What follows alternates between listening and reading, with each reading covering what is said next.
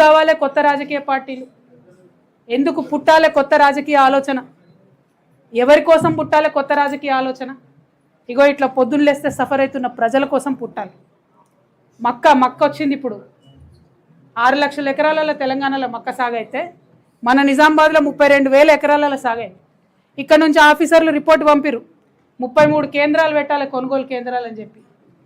ఒక్కటంటే ఒక్కటి కూడా పెట్టాలి. ఇయ్యాలటి వరకు కూడా ఒక్క కేంద్రం కూడా పెట్టలేదు. దళారులు ఏం చేస్తున్నారు? ఈ లోపల 2,400 రేటు నిర్ణయం కేంద్రం చేస్తే 1,600 నుంచి 1,800 వరకు మాత్రమే మక్క రైతులకు ఇస్తున్నారు.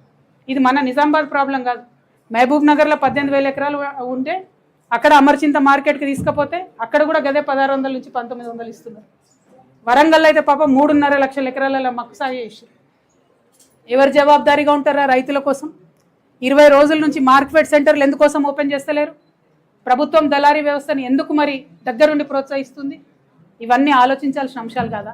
రైతుల అంశాలు కానీ, చిన్నపిల్లల అంశాలు కానీ, సెక్యూరిటీ అంశాలు కానీ, రోడ్ అంశం కానీ ఆలోచించొద్దా? పరిపాలన అంటే ముఖ్యమంత్రి అయ్యేదా కోతీరు, అయినా కోతీరు ఉంటుందా?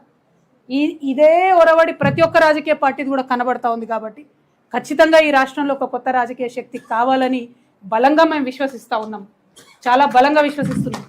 అయితే వచ్చేటటువంటి కొత్త రాజకీయ పార్టీ ఆ భగవంతుడు శ్రీరామచంద్రుడి యొక్క దయతోని పేద బీద బిక్కి ఈ కులం ఆ కులం అని తేడా లేకుండా అందరినీ కలుపుకొని అందరి కోసం పనిచేసే పార్టీ అయి ఉండాలి.